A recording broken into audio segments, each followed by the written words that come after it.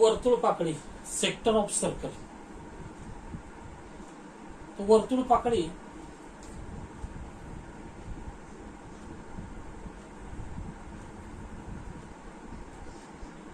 इथं सी बिंदू द्या. ही त्रिज्या आर बरोबर आहे, ही पण त्रिज्या आर बरोबर आहे. नंतर इथं ए एक्स बी, ए एक्स बी. आता हा जो ए एक्स बी आहे याची लांबी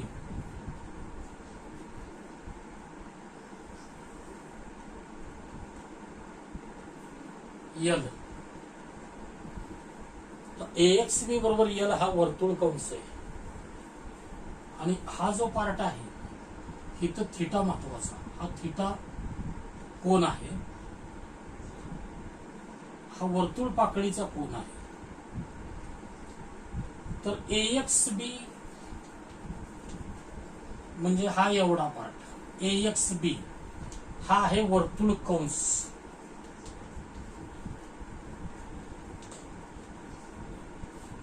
त्याची लांबी यल, ही जी लांबी वर्तुळ कंसाची यल, हा एवढा पार्ट ए एक्स बी हा वर्तुळ कंस आहे, त्याची लांबी आहे यल. त्यानंतर हा जो पार्ट आहे, मी रेषा मारलेला रेखांकित पार्ट, रेखांकित पार्ट कुठला आहे, सी ए एक्स बी. सी ए एक्स बी म्हणजे हा एवढा पार्ट सी ए एक्स बी, ही आहे वर्तुळ पाकळी.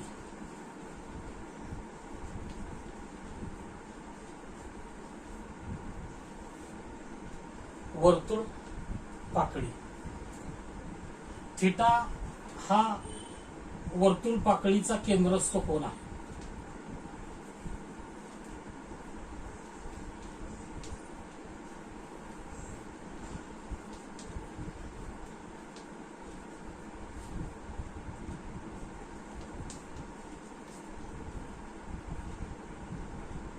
थिटा हा वर्तुळ पाकळीचा, हा जो थिटा आहे ही सी ए एक्स बी ही वर्तुळ पाकळी आहे. इथून एवढी एवढी सी ए एक्स बी ही वर्तुळ पाकळी. ए एक्स बी हा वर्तुळ कंस, थिटा हा वर्तुळ पाकळीचा केंद्रस्थ कोन, आर ही वर्तुळ पाकळीची त्रिज्या. आर बरोबर त्रिज्या, आर बरोबर त्रिज्या. तर आता याच्यामध्ये महत्वाचं या वर्तुळ कंसाची लांबी, वर्तुळ कंसाची लांबी बरोबर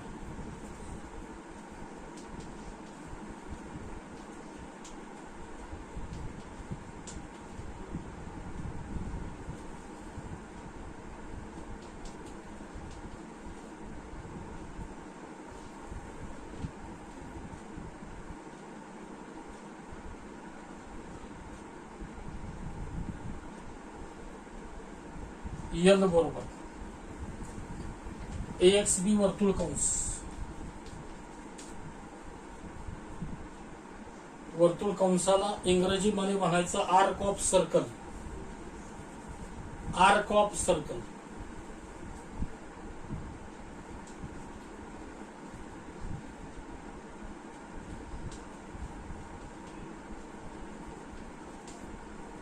आर्क ऑफ सर्कल वर्तुळ कंस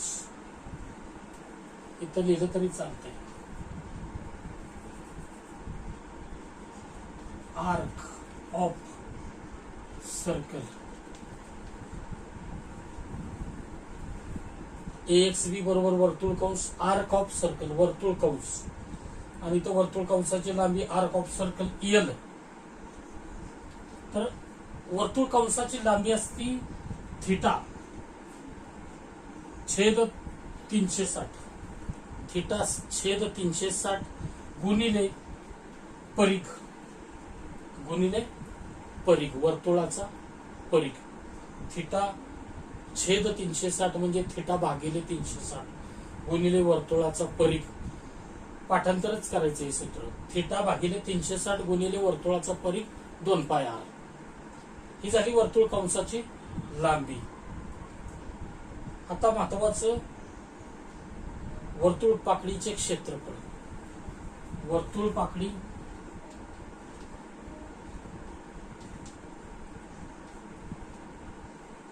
CAXB चे क्षेत्रफळ म्हणजे सेक्टर ऑफ सर्कल, वर्तुळ कंस आर्क ऑफ सर्कल, वर्तुळ पाकळी सेक्टर ऑफ सर्कल. वर्तुळ पाकळी CAXB चे क्षेत्रफळ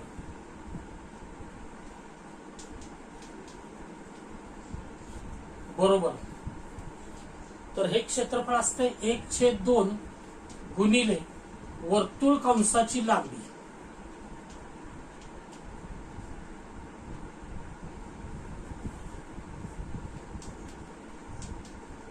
गुणिले त्रिज्या.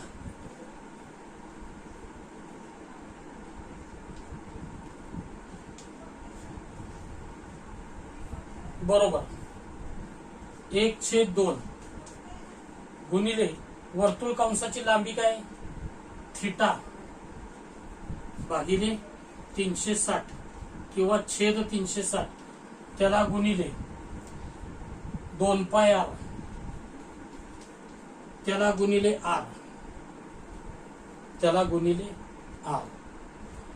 आता इथं 2 ला 2 जर कॅन्सल झालं, 2 ला 2 जर कॅन्सल झालं तर हे थिटा भागिले 360 तसंच राहिलं, 2 गेलं, πr गुणिले r πr वर्ग, आणि हे तसंच आहे थिटा भागिले 360.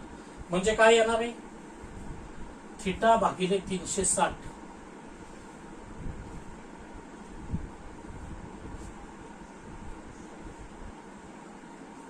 गुणिले πr वर्ग.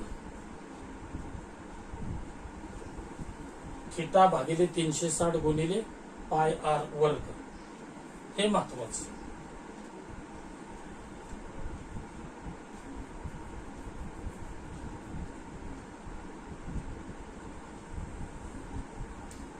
घ्या.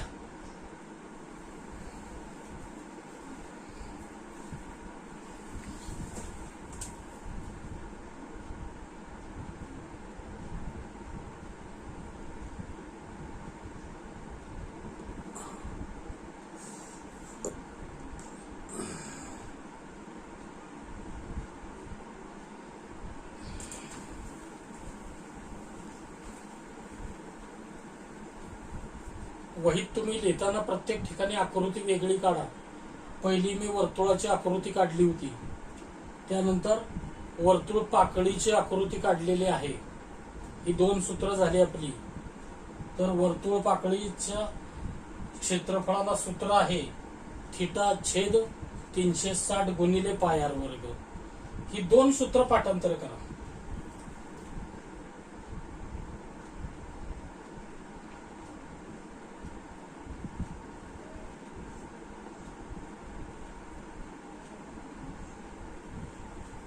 वर्तुळ कंसाची लांबी काय असते थिटा छेद 360 गुणिले 2πr. थिटा छेद 360 गुणिले परिघ. आणि वर्तुळ पाकळीच्या क्षेत्रफळाला सूत्र काय असते थिटा छेद 360 गुणिले वर्तुळाचं क्षेत्रफळ. म्हणजे वर्तुळ कंसाच्या लांबीला थिटा छेद 360 गुणिले वर्तुळाचा परिघ आणि वर्तुळ पाकळीच्या क्षेत्रफळाला थिटा छेद 360 गुणिले वर्तुळाचं क्षेत्रफळ. हे 2 लक्षात ठेवा. वर्तुळाचा परिघ, वर्तुळाचं क्षेत्रफळ आणि थिटा छेद 360 दोन्हीकडे कॉमन. या पद्धतीनं पाठांतर करा. हे दोन्ही हे फार महत्वाचं आहे. पटकन घ्यायचं हे करून, किंवा तुम्ही पॉज करून नंतर हे करू शकता. तर पहिलं झालं आपलं वर्तुळाच्या संबंधित, नंतर वर्तुळ पाकळी झालं.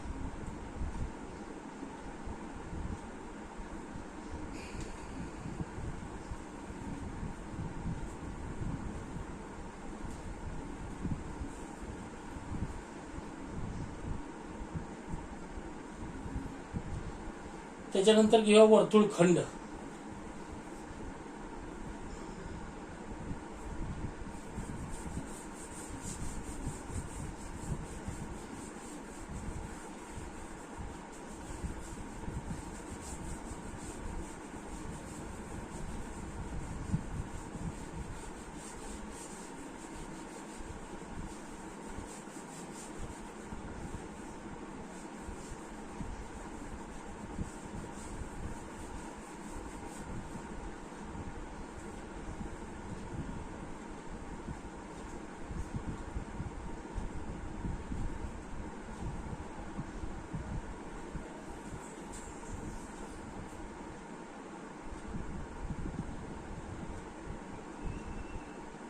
हा जो पार्ट आहे हा एवढाच पार्ट,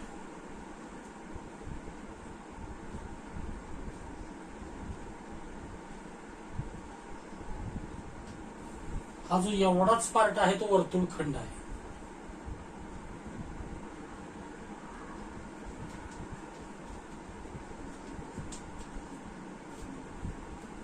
सेगमेंट ऑफ सर्कल. हे CAXB ही वर्तुळ पाकळी, ही संपूर्ण वर्तुळ पाकळी CAXB ही संपूर्ण वर्तुळ पाकळी AXB वर्तुळ कंस आहे. आणि हा जो AXB आणि इथं P नाव द्या, PAXB हा वर्तुळखंड आहे. याच्यामध्ये AXB वर्तुळ कंस, CAXB वर्तुळ पाकळी,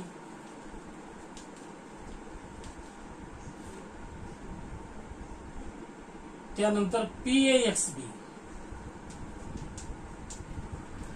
हा वर्तुळखंड, हा एवढाच पार्ट वर्तुळखंड. PAXB, CAXB वर्तुळ पाकळी, AXB वर्तुळ कंस आणि PAXB वर्तुळखंड. सेगमेंट ऑफ सर्कल वर्तुळखंड, सेगमेंट ऑफ सर्कल इथं लिहा इंग्रजीमध्ये.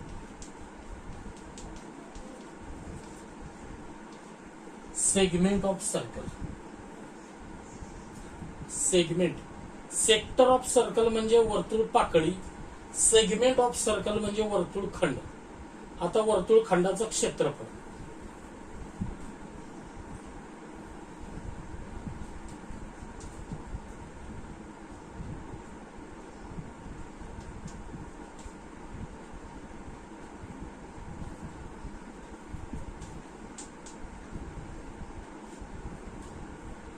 वर्तुळखंडाचे क्षेत्रफळ काय येणार आहे? या संपूर्ण वर्तुळ पाकळीच्या क्षेत्रफळातनं या त्रिकोणाचं क्षेत्रफळ वजा केलं, संपूर्ण वर्तुळ पाकळीच्या क्षेत्रफळातनं, ही वर्तुळ पाकळी CAXB, त्यातनं ह्या ABC त्रिकोणाचं क्षेत्रफळ वजा केलं तर तुम्हाला वर्तुळखंडाचं क्षेत्रफळ मिळणार आहे. वर्तुळ पाकळीच्या क्षेत्रफळातनं त्रिकोणाचं क्षेत्रफळ वजा केलं की तुम्हाला वर्तुळखंडाचं क्षेत्रफळ मिळणार आहे. बरोबर. वर्तुळ पाकळी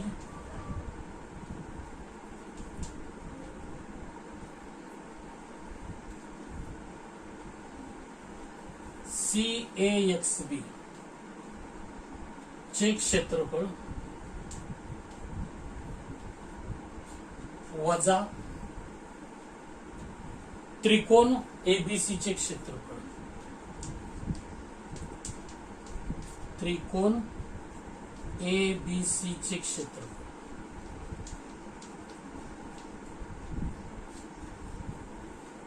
त्रिकोण ABC चे क्षेत्रफळ, वर्तुळखंडाचे क्षेत्रफळ बरोबर वर्तुळ पाकळी CAXB चे क्षेत्रफळ वजा त्रिकोण ABC चे क्षेत्रफळ. तर हा एवढा जो पार्ट आहे तो वर्तुळखंड आहे. तर या पद्धतीने घ्या, वर्तुळ पाकळी CAXB चे क्षेत्रफळ वजा त्रिकोण ABC चे क्षेत्रफळ. इथं बसत नाही म्हणून या पद्धतीने लिहिले मी, इथं तुम्ही एका रेषेत लिहा. हे झालं वर्तुळखंडाचं क्षेत्रफळ.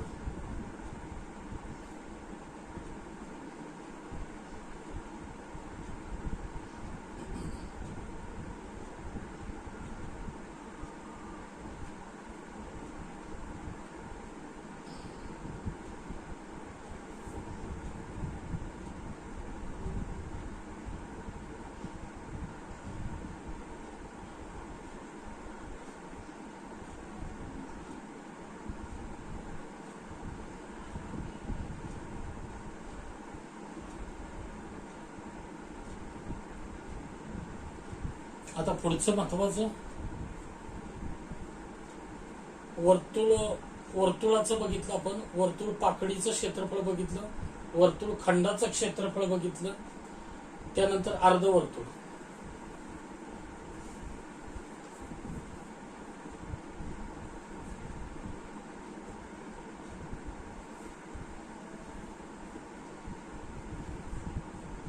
हे पटकन स्क्रीनशॉट हे लिहायचं तुम्हाला सगळं, हे लक्षात ठेवा, फार महत्वाचं आहे.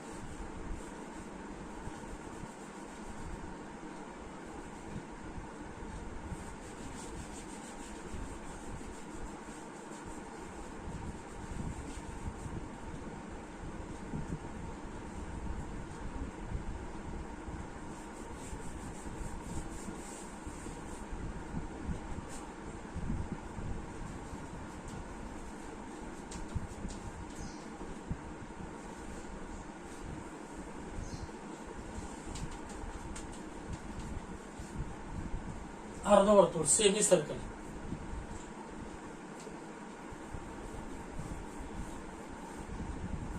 अर्धवर्तुळाचा हा व्यास डी आणि अर्धवर्तुळाची ही त्रिज्या आर. अख्ख्या वर्तुळाचं क्षेत्रफळ काय असते? पाय आर वर्ग. अर्धवर्तुळाचा व्यास बरोबर डी, त्रिज्या बरोबर आर.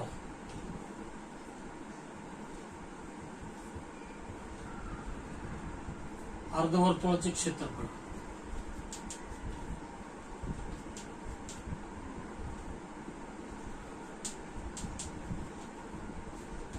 बरोबर पूर्ण वर्तुळाचं क्षेत्रफळ असतं पाय आर वर्ग, त्याला भागिले 2 केलं की अर्धवर्तुळाचं क्षेत्रफळ पाय आर वर्ग भागिले 2. आता अर्धवर्तुळाची परिमिती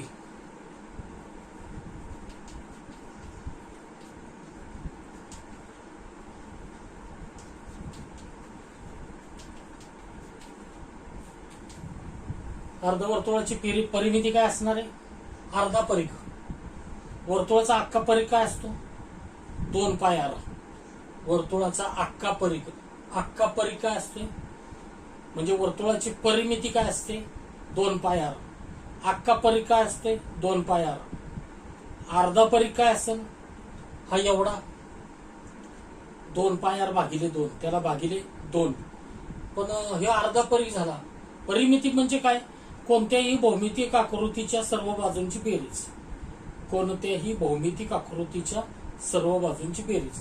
मग आता हे अर्धवर्तुळात काय आहे? हा अर्धा परिघ आहे, पण हा व्यास आहे ना. अजून काय? व्यास. व्यास म्हणजे काय? 2दा त्रिज्या आहे. व्यास म्हणजे काय? 2दा त्रिज्या. बघा, परिमिती म्हणजे कोणत्याही भौमितिक आकृतीच्या सर्व बाजूंची बेरीज. वर्तुळाला फक्त असा परिघच असतो, बाकी काही नसतंय. वर्तुळाला अख्खा परिघ असतोय, म्हणून वर्तुळाची परिमिती 2 पाय आर. पण अर्धवर्तुळाची परिमिती वेगळी येणार आहे. काय? तर अर्धा परिघ सुद्धा आहे, अर्धा परिघ सुद्धा आहे, पण व्यास आहे अख्खा इथं खाली, तो पण परिमितीमध्ये अधिक होणार आहे. एकदा व्यास म्हणजे 2दा त्रिज्या. म्हणजे अर्धवर्तुळाची परिमिती म्हणजे काय होणार आहे? अर्धा परिघ अधिक 2दा त्रिज्या. अर्धा परिघ म्हणजे काय? 2 पाय आर भागिले 2 आणि अधिक 2दा त्रिज्या. ह्या 2 ला जर 2 कॅन्सल झाले तर पाय आर अधिक 2 आर. इथं जर आर जर कॉमन घेतलं तर कंसात राहणारे पाय अधिक 2. ही झाली अर्धवर्तुळाची परिमिती. अर्धवर्तुळाची परिमिती हे अर्धवर्तुळाचं क्षेत्रफळ, अख्ख्या वर्तुळाचं क्षेत्रफळ भागिले 2 आणि ही अर्धवर्तुळाची परिमिती पेरिमीटर. हा 2 पाय r भागिले 2 हा अर्धा परिघ आणि ही 2दा त्रिज्या म्हणजे एकदा व्यास. तर अशा पद्धतीनं हे अर्धवर्तुळ झाले. घ्या पटकन.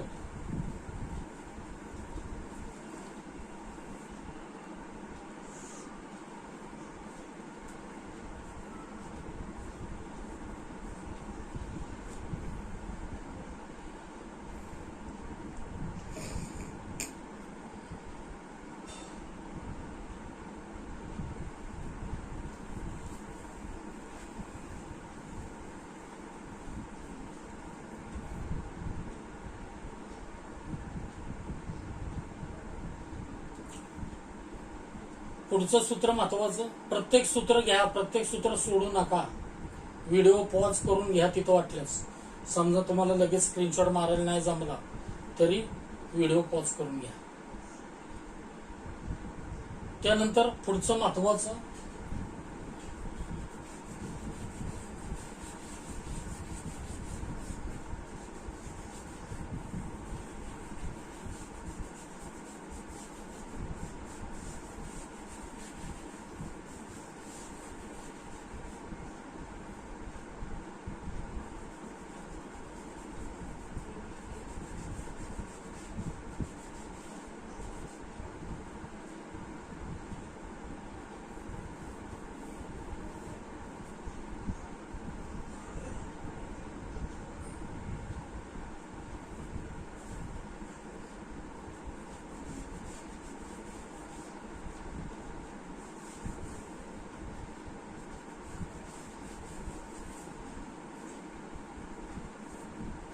Quadrant of circle.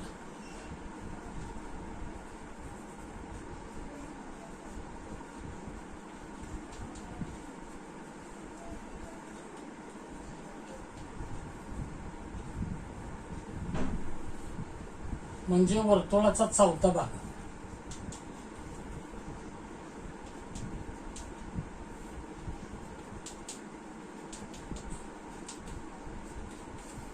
तर हा आहे वर्तुळाचा 4था भाग. वर्तुळाच्या 4थ्या भागामध्ये ही त्रिज्या आहे r. हा एवढा पोर्शन वर्तुळाचा 4था भाग. त्याचं क्षेत्रफळ काय असणार आहे? वर्तुळाचं अख्खे क्षेत्रफळ पाय r वर्ग त्याला भागिले 4 केलं की हे वर्तुळाच्या 4थ्या भागाचं क्षेत्रफळ येणार आहे. क्षेत्रफळ त्रिज्या बरोबर r, व्यास बरोबर d, क्षेत्रफळ बरोबर पाय r वर्ग त्याला भागिले 4. आता हे वर्तुळाच्या 4थ्या भागाची परिमिती काय येणार आहे?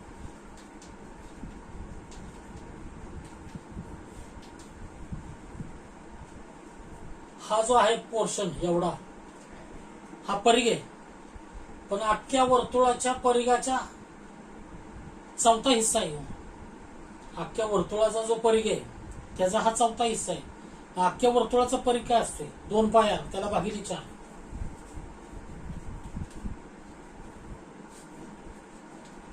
आणि हा झाला परिघाचा विषय एवढ्या. मग ही त्रिज्या आहे, ही त्रिज्या आहे. मग हे r अधिक r हे 2दा r झालं, अधिक 2r म्हणजेच काय येणार आहे? हे 2 एके 2 2 दुनी 4 बरोबर. हे जर r इथनं कॉमन काढलं,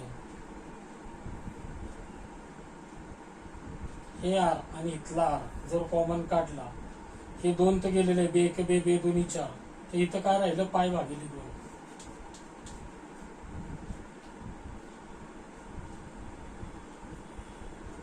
पाय भागिले 2 अधिक हे 2. पाय भागिले 2 अधिक हे 2. हे 2 दुनी 4. हा r जर इथं कॉमन काढला तर हे पाय भागिले 2 आणि हा आर इथं कॉमन काढलं तर घेतलं तो घ्या.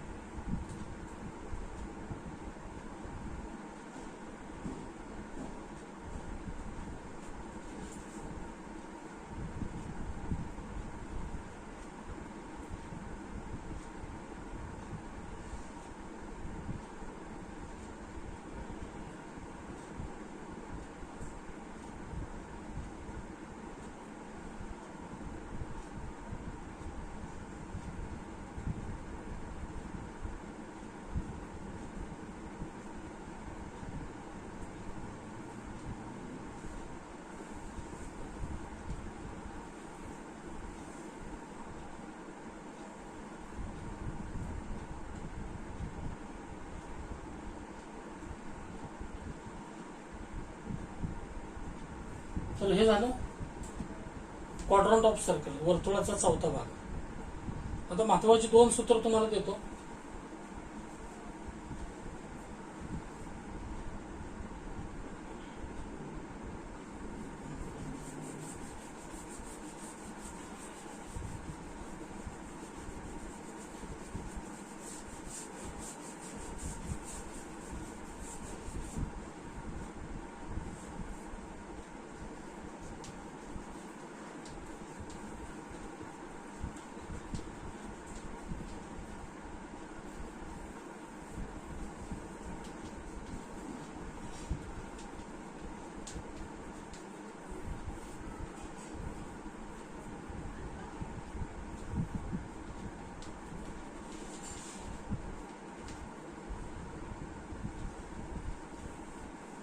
अर्धवर्तुळामधल्या वर्तुळ कंसाची लांबी म्हणजे हे जे अर्धवर्तुळ आहे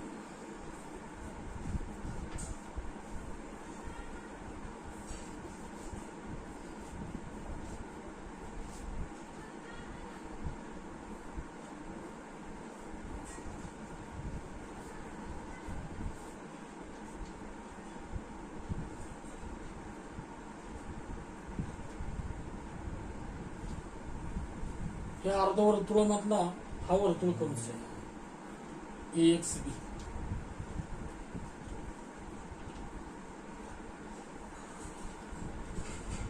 हा AXB वर्तुळ कंस आहे. मग हा जो वर्तुळ कंस असला तर अँगल किती असणार आहे रे? अर्धवर्तुळाचा अँगल किती असतो? 180 अंश. वर्तुळ कंसाच्या लांबीला सूत्र काय आहे? मग अशी दिलं होतं मी, थीटा छेद 360 त्याला गुणिले परिघ 2 पाय r. वर्तुळ कंस बरोबर AXB.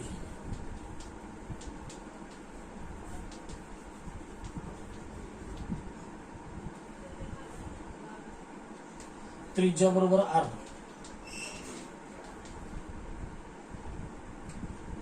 थीटा बरोबर 360. अर्धवर्तुळाचा कोन किती असणार आहे? 360 असणार आहे. इथं वर्तुळ कंसाची लांबी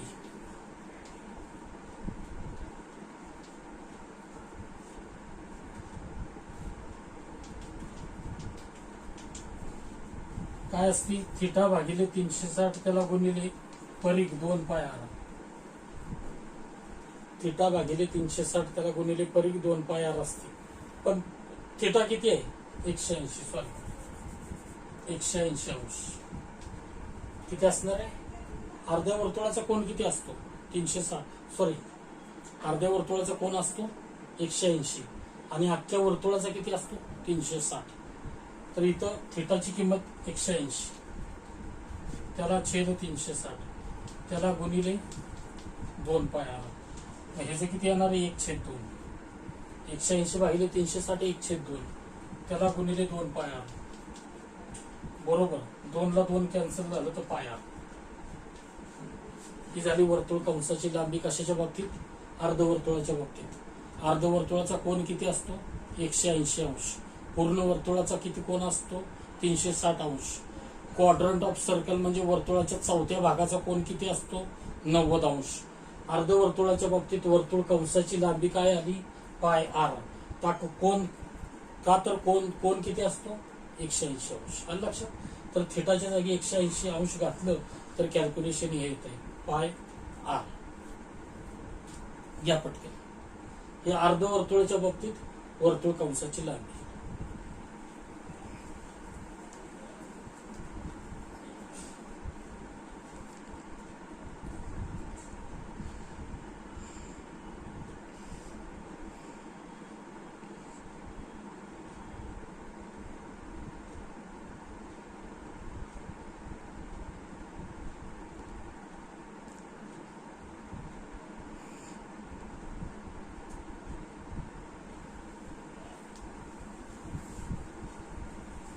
आता वर्तुळाच्या चौथ्या भागातले वर्तुळ कंसाची लांबी काढू आपण. Quadrant of circle.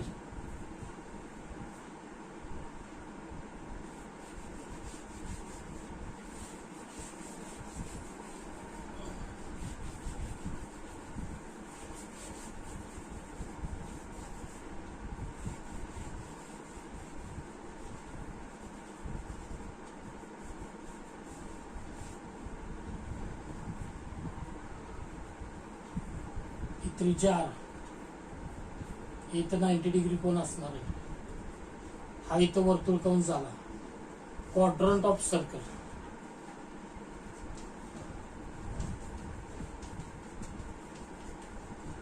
मधील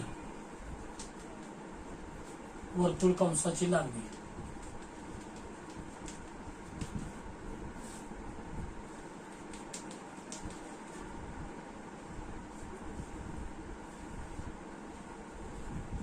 वर्तुळाच्या चौथ्या भागामधली वर्तुळ कंसाची लांबी. हा एक्स बी वर्तुळ कंस आहे.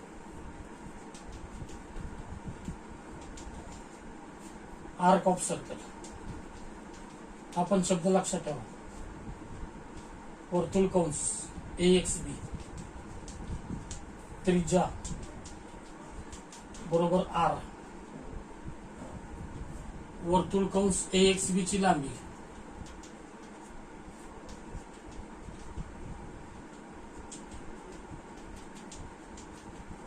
बरोबर काय असणार आहे. वर्तुळ कंसाच्या लांबीला मूळ सूत्र काय आहे ते पाठांतर करा. सारखं सारखं सांगतोय. थिटा छेद 360 गुणिले वर्तुळाचा परिघ 2 पाय आर. आणि वर्तुळ पाकळीच्या क्षेत्रफळाचं सूत्र काय. थिटा छेद 360 गुणिले वर्तुळाचं क्षेत्रफळ पाय आर वर्ग. थिटा छेद 360 गुणिले पाय आर वर्ग. हे काय झालं वर्तुळ पाकळीचं क्षेत्रफळ. आणि वर्तुळ कंसाची लांबी काय झाली थिटा छेद 360 गुणिले 2 पाय आर वर्तुळाचा परिघ. थिटा छेद 360 त्याला गुणिले 2 पाय आर बरोबर. कोण इथं आता 90 आहे. थिटा बरोबर 90. 90 भागिले 360 त्याला गुणिले 2 पाय आर. मग हे 1/4 झालं. 90 चोक 160 त्याला गुणिले 2 पाय आर. मग हे बेदोनी 4 बेदोनी 4 म्हणजे पाय आर भागिले 2. पाय आर भागिले 2 ही झाली वर्तुळ कंसाची लांबी. क्वाड्रंट ऑफ सर्कल मध्ये वर्तुळ कंसाची लांबी. तर ही जी आहे ती महत्वाची सूत्र आता तुम्हाला दिली मी. ह्या वर्षीची महत्वाची आहेत ती सगळी दिल्यात 15. त्याच्यावर बी गणित विचारलं जातं पण त्याच्यापेक्षाही महत्वाचं आत्ता दिलेलं आहे मी. सगळी सूत्र काय काय दिली. वर्तुळाचं दिलं, क्षेत्रफळाला सूत्र, परिमितीला दिलं, वर्तुळ पाकळीचं क्षेत्रफळ दिलं, वर्तुळ कंसाची लांबी दिली, वर्तुळ खंडाचं क्षेत्रफळ दिलं, अर्धवर्तुळाचं क्षेत्रफळ परिमिती दिली, क्वाड्रंट ऑफ सर्कलची क्षेत्रफळ परिमिती दिली, त्यानंतर अर्धवर्तुळामधील वर्तुळ कंसाची लांबी दिली आणि क्वाड्रंट ऑफ सर्कल मधील वर्तुळ कंसाची लांबी दिली. एवढी सूत्र मी तुम्हाला दिली. फार महत्वाची सूत्र आहेत ती.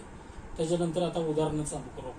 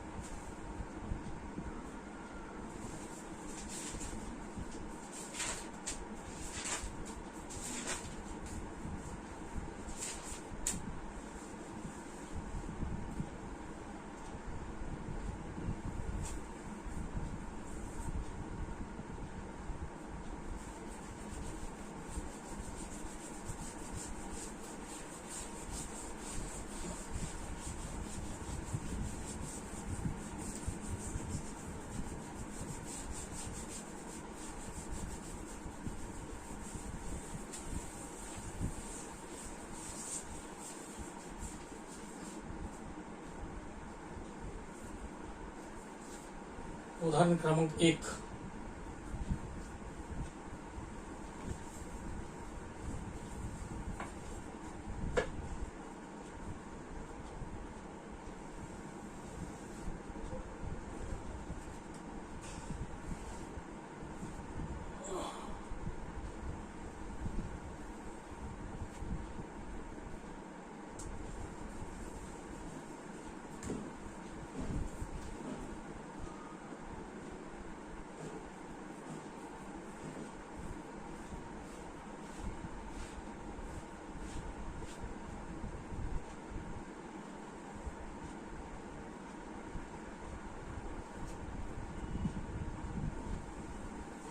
वर्तुळ दिलेलं आहे, व्यास डी आहे, त्रिज्या आर आहे.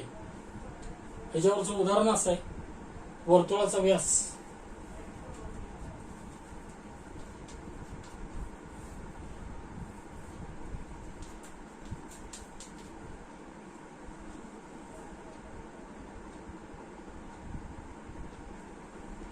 वीस सेंटीमीटर. वर्तुळाचा व्यास दिलेला आहे 20 सेंटीमीटर. तर वर्तुळाचं क्षेत्रफळ काढायचंय.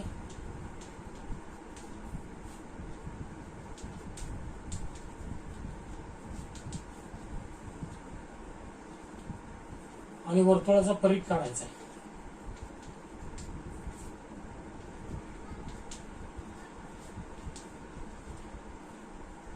म्हणजेच सर्कम्फरन्स काढायचं.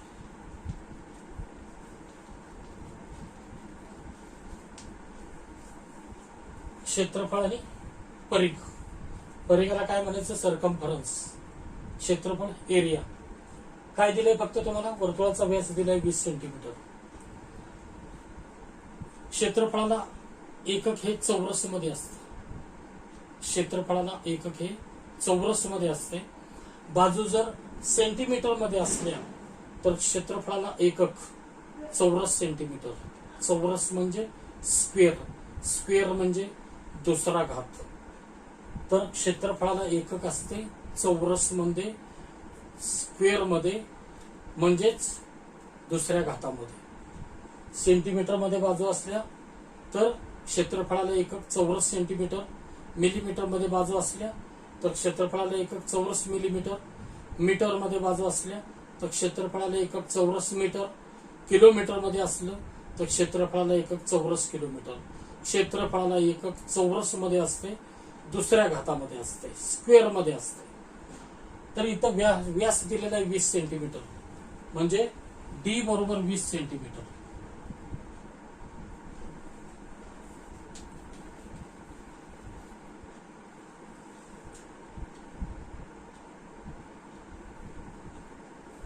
डी बरोबर 20 सेंटीमीटर. तर त्रिज्या किती असणार आहे? व्यास बरोबर 20 सेंटीमीटर. तर त्रिज्या त्याच्या निम्मी 10 सेंटीमीटर. हा झाला व्यास, ही झाली त्रिज्या. क्षेत्रफळ.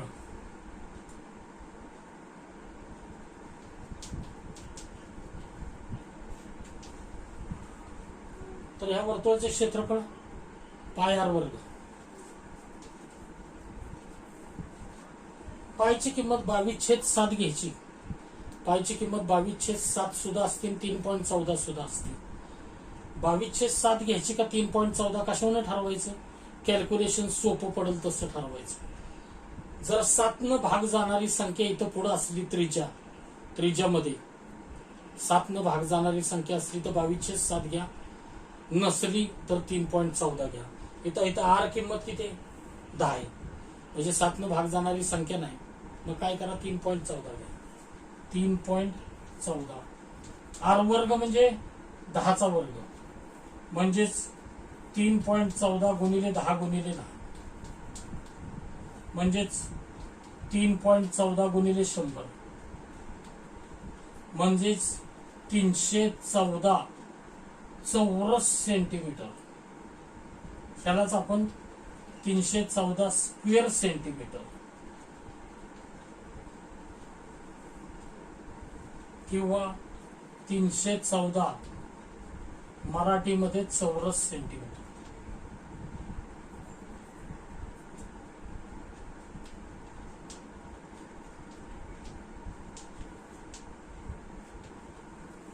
तिन्ही एकक एकच. सेंटीमीटरचा दुसरा घात चौरस सेंटीमीटर, स्क्वेअर सेंटीमीटर किंवा स्क्वेअर सेंटीमीटर किंवा चौरस सेंटीमीटर, ते एकक महत्वाचे आहेत. क्षेत्रफळाला एकक दुसऱ्या घातात म्हणजे स्क्वेअर म्हणजे चौरस मध्ये असतात. ते हे झालं वर्तुळाचं क्षेत्रफळ. आता वर्तुळाचा परिघ. परिघ काय येणार आहे? 2 पाय आर. 2 पाय आर किंवा पायडी असतो. 2 पाय आर किंवा पायडी. परिघाला इंग्रजीमध्ये काय म्हणायचं? सर्कमफरन्स. 2 पाय आर. इथं सुद्धा आर ची किंमत 10 असल्यामुळं 3.14 किंमत घ्या पाहिजे. 3.14 त्याला गुणिले 10 म्हणजेच 20 गुणिले 3.14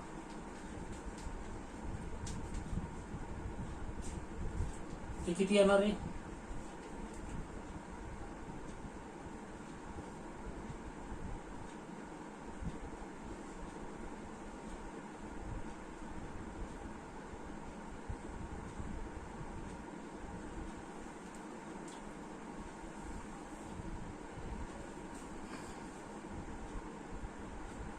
$62.80.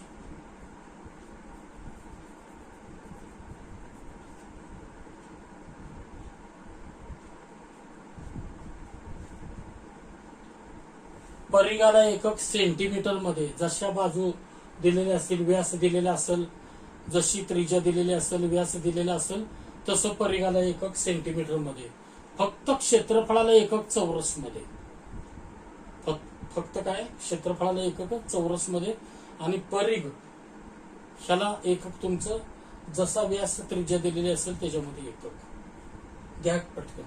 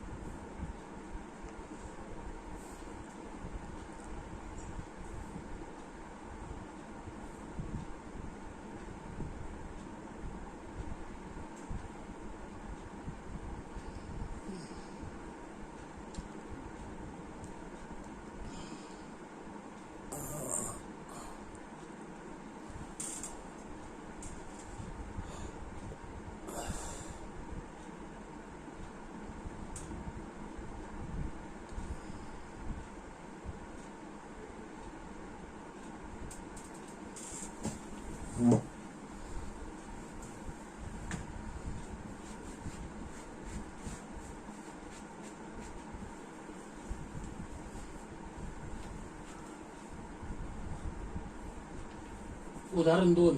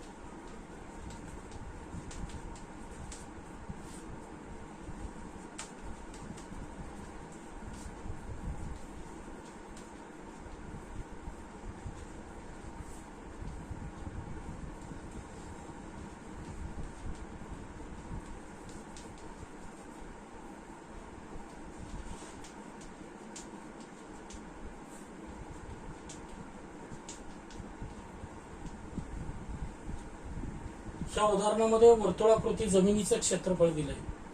अशी वर्तुळाकृती जमीन आहे. तिचं क्षेत्रफळ दिलंय 616 चौरस मीटर. हे चौरस मीटर आहे. मीटरचा वर्ग. हे बरोबर आहे, हे बी बरोबर आहे. स्क्वेअर मीटर किंवा मराठीमध्ये चौरस मीटर, स्क्वेअर मीटर आणि हे मीटरचा वर्ग, हे दोन्ही बरोबर आहे. क्षेत्रफळाला एकक आहे. तर वर्तुळाकृती जमिनीचं क्षेत्रफळ दिलंय 616 चौरस मीटर. तर आपल्याला त्या जमिनीचा परिघ काढायचा आहे. काय काढायचंय? जमिनीचा परिघ. जमिनीचा परिघ. परिघाला सूत्र काय? 2 पाय आर किंवा पायडी. 2 पाय आर किंवा पायडी हे जर आपल्याला काढायचं असलं तर काय महत्वाचं माहित पाहिजे, त्रिज्या माहित पाहिजे किंवा व्यास माहित पाहिजे. आता त्रिज्या कशावरून काढणार तुम्ही, क्षेत्रफळ दिलंय त्याच्यावरनं त्रिज्या काढा. जमिनीचे क्षेत्रफळ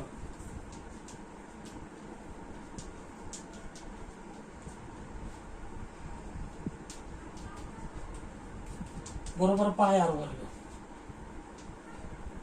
जमिनीचे क्षेत्रफळ दिले 616. 616च आहे का,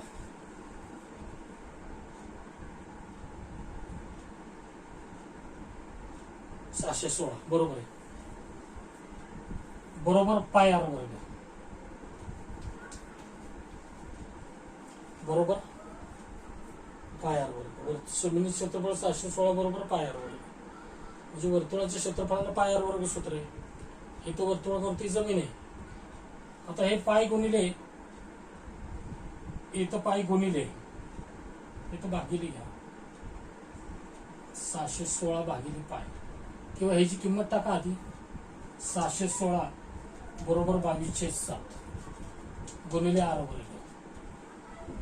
आता 22/7 का टाकलं तुम्हाला कळलं की आपल्याला पुढे कॅल्क्युलेशन सोपं जाणार आहे. ते ह्या स्टेपला तुम्हाला कळलं पाहिजे. पायची किंमत मी 22/7 घेतली, 3.14 घेतली नाही. तर या ठिकाणी हे भागिले 7 आहे, पक्षांतर क्रिया. आर वर्ग एका बाजूला ठेवायचा आपल्याला. मग हे भागिले 7 ह्याला गुणिले होईल आणि हे गुणिले 22 ह्याला भागिले होईल. म्हणजेच काय होणार आहे कॅल्क्युलेशन, 616 गुणिले 7 भागिले 7चं गुणिले 7 आणि गुणिले 22चं भागिले 22 बरोबर आर वर्ग. बरोबर आर वर्ग. आता 22 ने याला भाग जातोय का बघा. 22 दोन्ही 44, 44 आणि 22 दोन्ही 44, 6 16 आणि 17 176. 176 म्हणजे 22 दोन्ही 44, 44 म्हणजे 22 दोन्ही 44, 44 मधनं 16, 16 आणि 17 176. 176 म्हणजे इथं 8 न 22 8 176 येते बघा. 8 दोन्ही 16, 1 8 दोन्ही 16 आणि 17, 22 8 176. म्हणजे 616 ला 22 न भाग जातोय. हे कॅल्क्युलेशन इथं सोपं होतंय म्हणून इथं 22/7 घेतलं आपण. इथं 22/7 घेतलं. ही पक्षांतर क्रिया महत्वाची. हे 22/7 हे भागिले 7 याला 616 ला गुणिले झालं आणि हे गुणिले 22 इथं भागिले झालं. 616 ला 22 न भाग लागला. इथं गुणाकार असल्यामुळं आपण भाग लावू शकतो. अधिक वगैरे असल्यावर तसा भाग लावू नका. तर हे 28 गुणिले 7 करा. 7 ते 8 56, 7 दोन्ही 14 आणि 5 19 बरोबर आर वर्ग.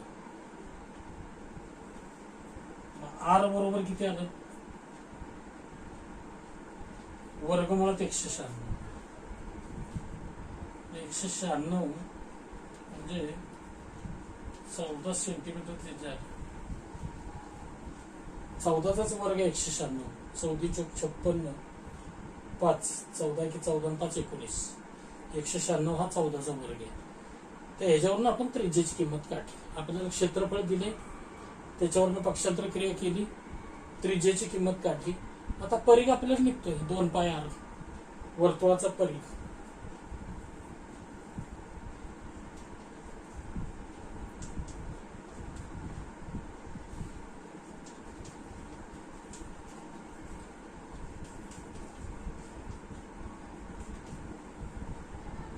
आता इथं सुद्धा आरची किंमत 14 आहे. म्हणजे इथं 22/7 घेतलं तरी चालतंय, कारण 7 न भाग जाणारी संख्या पुढे आपल्या. 22/7 घे, त्याला गुणिले 14. मग इथं 7 दुनी 14 केलं तर 22 दुनी 44 दुनी 88.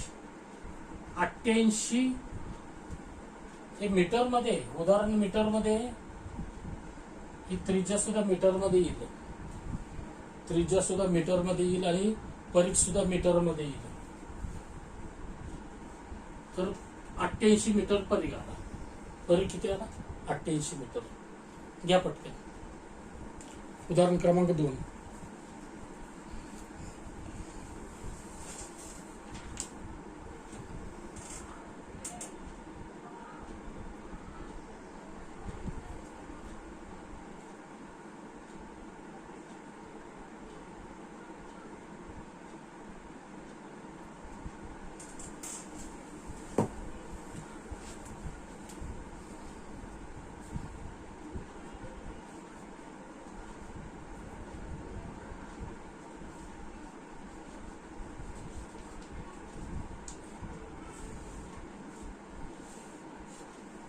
हे इथलं दिसत नाही, इथं बरोबर 88 मीटर मांडलंय मी. त्याचं कॅल्क्युलेशन परी किती आला? 88 मीटर.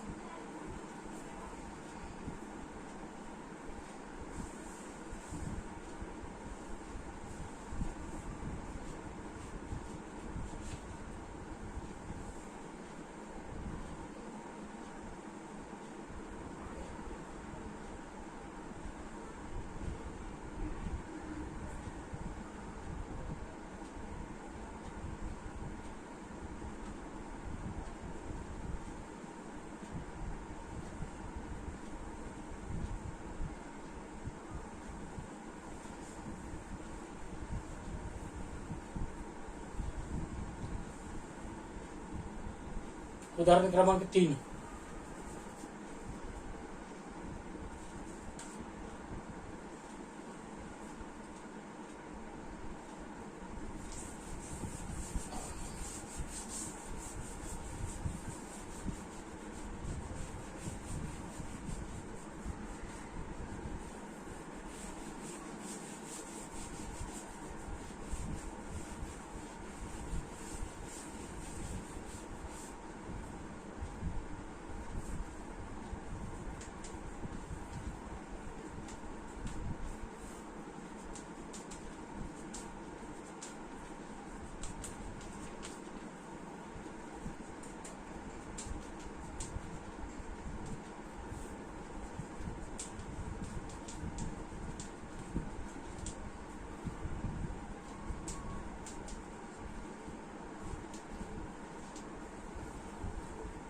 वर्तुळाचा परिघ आणि व्यास यांच्यातला फरक दिलाय 30 सेंटीमीटर. तर त्या वर्तुळाचं क्षेत्रफळ विचारलंय. वर्तुळाचा परिघ आणि व्यास यांच्यातला फरक दिलाय 30 सेंटीमीटर. तर वर्तुळाचं क्षेत्रफळ विचारलंय. वर्तुळाच्या क्षेत्रफळाला सूत्र काय? पाय आर वर्ग. पाय आर वर्ग याचा अर्थ तुम्हाला त्रिज्या माहित असली तर क्षेत्रफळ काढू शकताय. मग त्रिज्या कशी काढणार? त्यासाठी तुम्हाला हे समीकरण दिलंय. आता वर्तुळाचा परिघ काय असतो? 2 पाय आर. पण इथं व्यास दिलाय, व्यास शब्द दिलाय, याचा अर्थ व्यासाच्या संबंधित परिघ वापरला पाहिजे. मग एक तर वर्तुळाचा परिघ काय असतो? 2 पाय आर असतो किंवा पाय डी असतो. 2दा आर म्हणजे 1दा डी, म्हणजे पाय डी किंवा 2 पाय आर. म्हणजेच आपल्याला समीकरण काय दिले रे? पाय डी वजा डी. हे किती दिले? 30 दिले.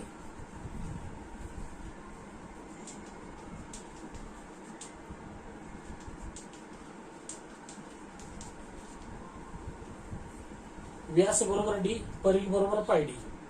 परिघ आणि व्यास यांच्यातला फरक म्हणजे पाय डी वजा डी. फरक म्हणजे वजा बाकी. किती दिली? 30. तर तुम्हाला ते वर्तुळाचं क्षेत्रफळ काढायचंय. ह्या समीकरणावरनं तुम्ही व्यासाची किंमत काढू शकता. आणि व्यासाच्या निम्मी काय असते? त्रिज्या. त्रिज्या मिळाली की वर्तुळाचं क्षेत्रफळ निघतंय त्या. मग हे कॅल्क्युलेशन कसं करणार तुम्ही? हे दोन्हीतनं जर डी कॉमन घेतला तर कंसात राहिलं पाय वजा 1. हितनं डी घेतलं तर पाय राहिलं आणि हितनं डी घेतलं तर 1 राहिलं. बरोबर किती आहे? 30 आहे. मग हे डी बरोबर, हे डी ला गुणिले पाय वजा 1 तिकडे भागिले नाही. 30 भागिले पाय वजा 1. 30 भागिले पाय वजा 1 म्हणजेच डी बरोबर 30 त्याला भागिले 22/7 वजा 1. 22/7 वजा 1. आता हे कॅल्क्युलेशन असं करू नका. 22 वजा 1 21 करू नका. जिथं छेद नाही तिथे 1 मानायचा, लसावी काढूनच करायची. म्हणजेच डी बरोबर काय येणार आहे? 30 भागिले 7 आणि जिथं छेद नाही तिथे 1 समजायचं. म्हणजे हे असं कॅल्क्युलेशन आहे. 22/7 वजा 1/1. हे 21 करू नका. हे 7 आणि 1चा लसावी काढूनच सोडवायचं. म्हणजे आता इथं डी बरोबर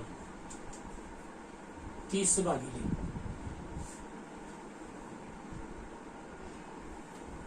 हे इकडे घेतलं तरी चालेल.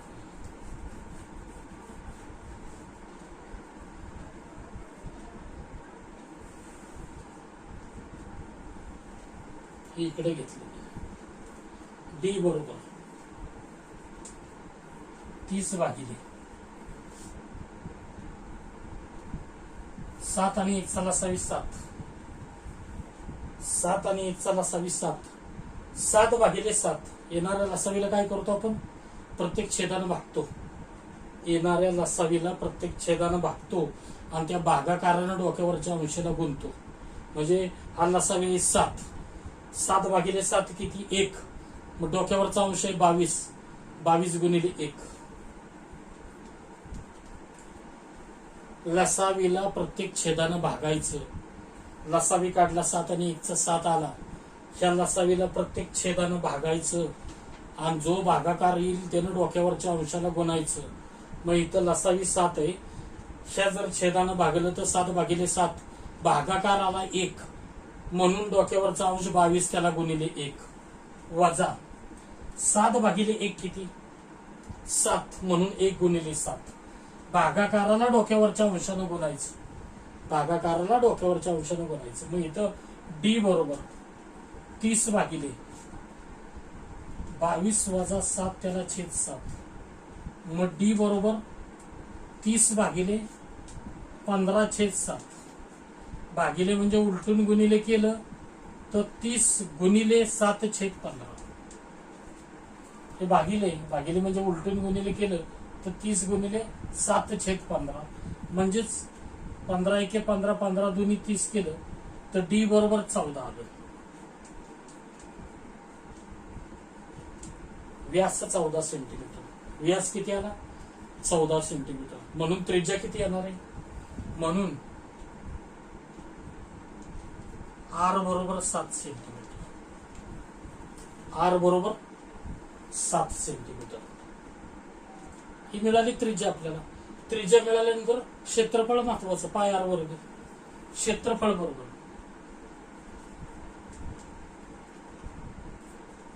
पाय आर वर्ग. आता इथं त्रिज्या 7 आहे म्हणजे 22/7 किंमत घ्या. 22/7 कॅल्क्युलेशन सोपं जाण्यासाठी. आर वर्ग म्हणजे 7 गुणिले 7. त्रिज्या आर आहे 7 आहे. 7चा वर्ग म्हणजे 7 गुणिले 7. ह्या 7ला 7 कॅन्सल झालं. असं सोपं कॅल्क्युलेशन होतंय म्हणून आपण 22/7 घेतलं. तर आता 22/7 154. 7 दुनी 14, 1 7 दुनी 14 1 15. 154 चौरस सेंटीमीटर क्षेत्रफळ झालं. 154 चौरस सेंटीमीटर.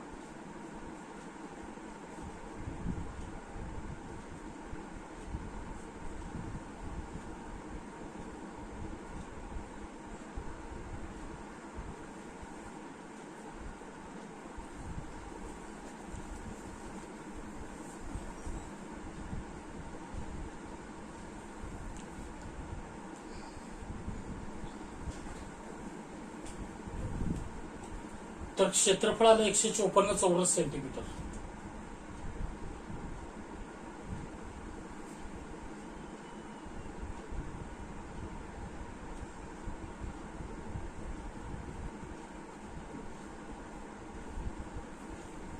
घ्या पटकन.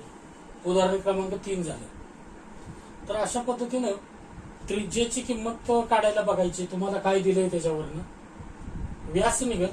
व्यासाची निम्मी त्रिज्या करायची. व्यास निघाला तरी चालतोय. काय दिलंय बघा, इथं परिघ आणि व्यास यांच्यातला फरक दिला होता 30. त्याच्यावरून आपण काय काढला, व्यास काढला. व्यासाच्या निम्मी काय आली, त्रिज्या. त्रिज्या निघाली की क्षेत्रफळ निघतंय.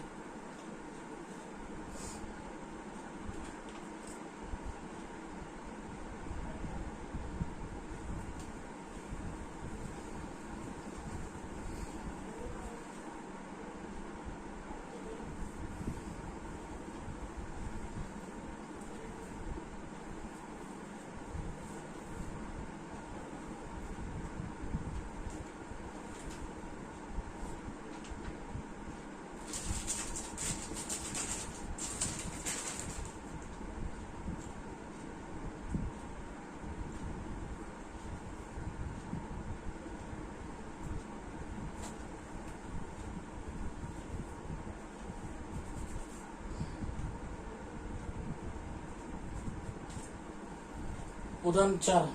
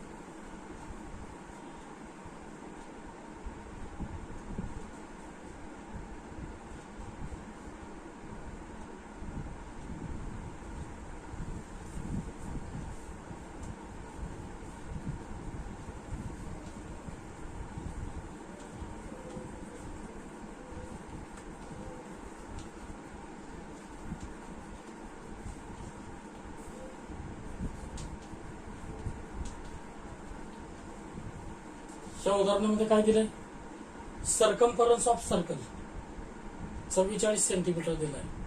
म्हणजे काय दिलंय, वर्तुळाचा परिघ दिलाय. सर्कम्फरन्स म्हणजे काय, परिघ, क्षेत्रफळ काढायचंय. मग 2πr परिघ काय असतो, 2πr.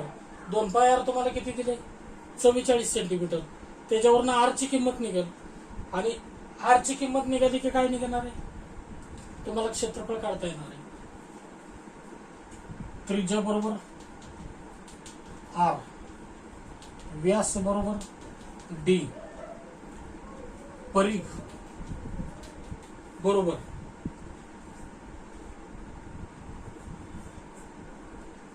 परिघची किंमत तुम्हाला दिलेली आहे 2πr बरोबर 44. 2πr बरोबर 44.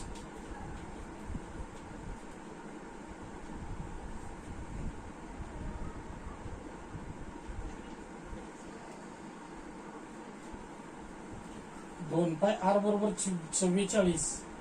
तर ही किंमत पायची समजा तुम्ही 22/7 घेतली गुणिले आर बरोबर 44. 22/7 का घेतोय तुम्हाला कळत, इथं 22 × 44 येतंय. हे कुठेतरी 44 गुणिले येते, तिकडे भागिले गेलं तर कॅन्सल होईल आणि सोपं होईल आपल्याला. हे बी तुम्हाला अगोदरच कळलं पाहिजे. इथं 22 दुनी 44 छेद 7 झाले. 44 छेद 7 गुणिले आर बरोबर 44 झालं. हे भागिले 7, ह्याला गुणिले 7, हे गुणिले 44 भागिले 44, म्हणजे आर बरोबर 44 भागिले 7 गुणिले 7 आणि गुणिले 44 भागिले 44. मग आर बरोबर 7 राहील. आर बरोबर काय राहील? 7 राहील. मग आता त्रिज्या मिळाली तुम्हाला, क्षेत्रफळ मिळते.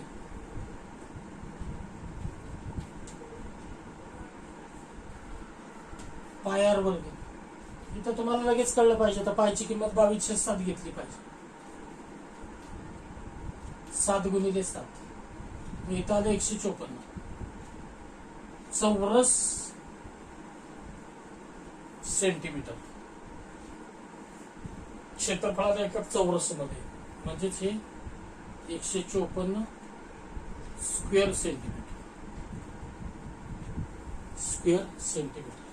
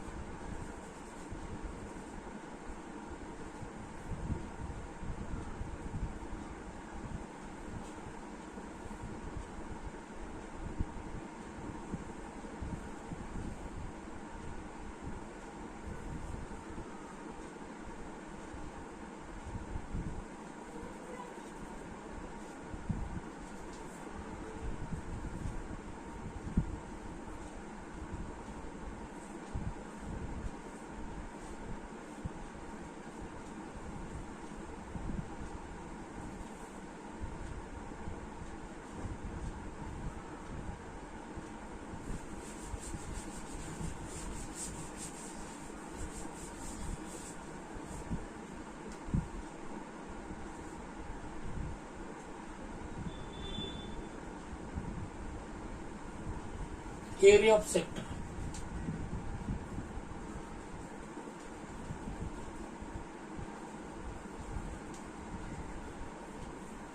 वर्तुळ पाकळीचे क्षेत्रफळ.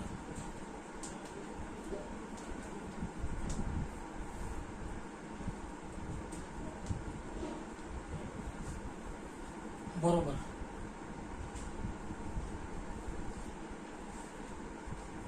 काय दिलेलं आहे तुम्हाला? वर्तुळ पाकळीचे क्षेत्रफळ 140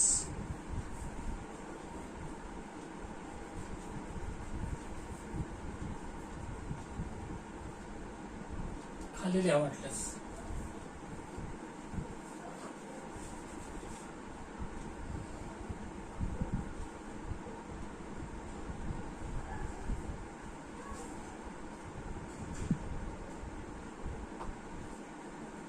एकशे 40 चौरस मिलीमीटर, 140 स्क्वेअर मिलीमीटर. चौरस म्हणजे स्क्वेअर मिलीमीटर, दुसरा घात म्हणजे क्षेत्रफळाचा. एरिया ऑफ सेक्टर, ही जी वर्तुळ पाकळी CAXB, हिचं क्षेत्रफळ दिलेलं 140 चौरस मिलीमीटर. व्यास D बरोबर दिलेलं आहे 30 मिलीमीटर.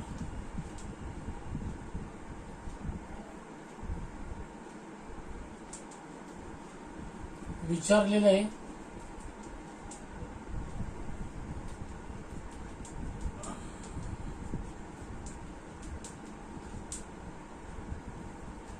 थिटा. विचारलेलं आहे थिटा. फार महत्वाचं उदाहरण आहे. याच्यासाठी वर्तुळ पाकळीचे क्षेत्रफळ मी सूत्र सांगितलं, पाठांतर पाहिजे.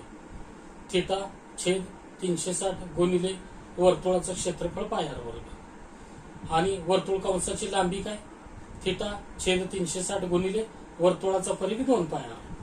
वर्तुळ कंसाच्या लांबीला थिटा छेद 360 ला गुणिले वर्तुळाचा परिघ, वर्तुळ पाकळीच्या क्षेत्रफळाला थिटा छेद 360 त्याला गुणिले वर्तुळाचं क्षेत्रफळ पाय r वर्ग. दोन्ही सूत्र पाठांतर करा.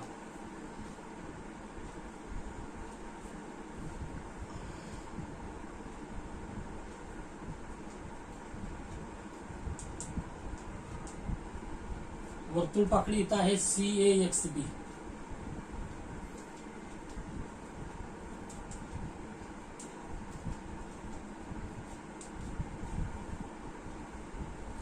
किती दिलेले? 140. म्हणजेच थिटा छेद 360 गुणिले पाय r वर्ग बरोबर काय दिलेले? 140.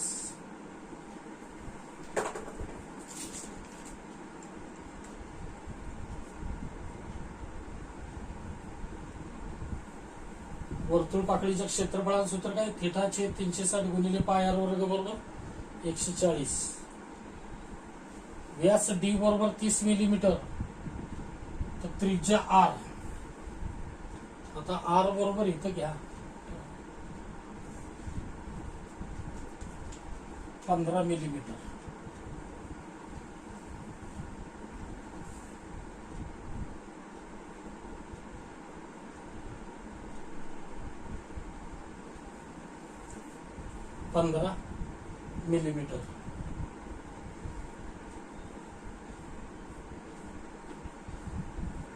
एरिया दिलेला आहे चौरस मिलीमीटर मध्ये.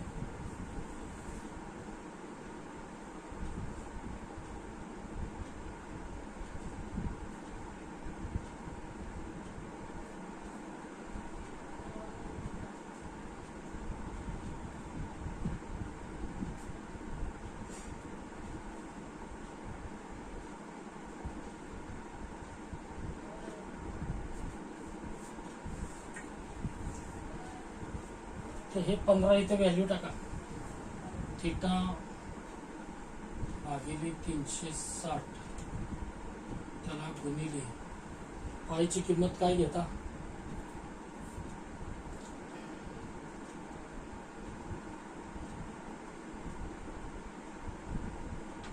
बावीसशे 7 घ्या.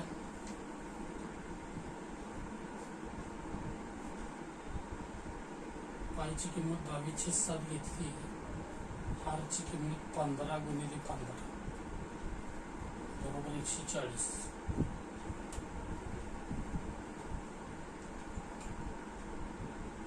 आता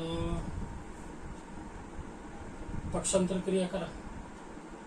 जेवढं गुणिले आहे तेवढं तिकडे भागिले करा. म्हणजे थिटा बरोबर जर डायरेक्ट मी मांडलं, सगळं तुम्हाला कॅल्क्युलेटरचा अलाउड आहे बरं का. कॅल्क्युलेटरचा अलाउड असल्यामुळे आपल्याला थिटा बाजूला ठेवायचं आहे. आपल्याला थिटाची किंमत काढायची. क्षेत्रफळ दिलेलं आहे 140. हे सूत्र आपण मांडलं क्षेत्रफळाचं. त्याच्यात व्यास दिलेलं आहे 30 तर त्रिज्याची किंमत 15 टाकली. त्रिज्याची किंमत 15, हे आर वर्ग आहे म्हणून 15 गुणिले 15. पायची किंमत 22/60 ठेवली. थिटा छेद 360 तसं ठेवलं. क्षेत्रफळ 140 आहे. आता ही पक्षांतर क्रिया करायची. सोपं पडेल कॅल्क्युलेशन तसं बघायचं. आता इथं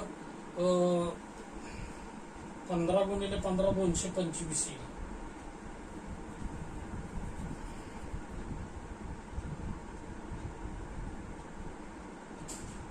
थिटा गुणिले 200 थिटा गुणिले 22 गुणिले 225 काय केलं? 22 15 गुणिले 15 225 आणि हे 360 आणि हे 7.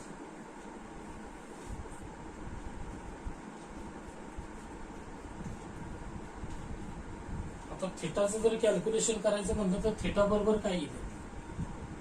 हे जेवढं गुणिले ते भागिले करा, हे भागिले ते गुणिले करा, म्हणजे 140 गुणिले हे भागिलेचं गुणिले 360 गुणिले 7 त्याला भागिले 22 गुणिले 225 एवढं कॅल्क्युलेशन येईल बघा.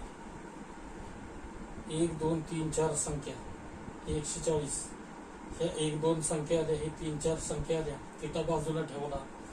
हे जर कॅल्क्युलेशन केलं तर थिटाची किंमत 71.3 अंश येते. किती येते? 71.3 अंश. महत्वाचं हे सूत्र पाठांतर,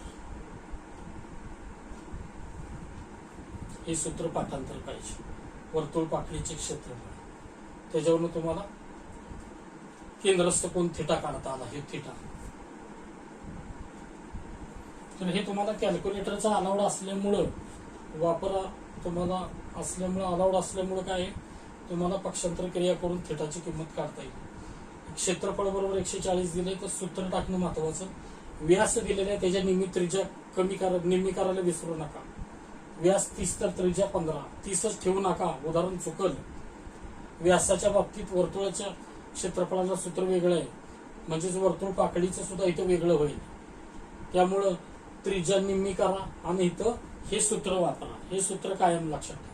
मग इथं पक्षांतर क्रिया करून थिटाची किंमत 71.3 अंश घ्या. उदाहरण क्रमांक 5.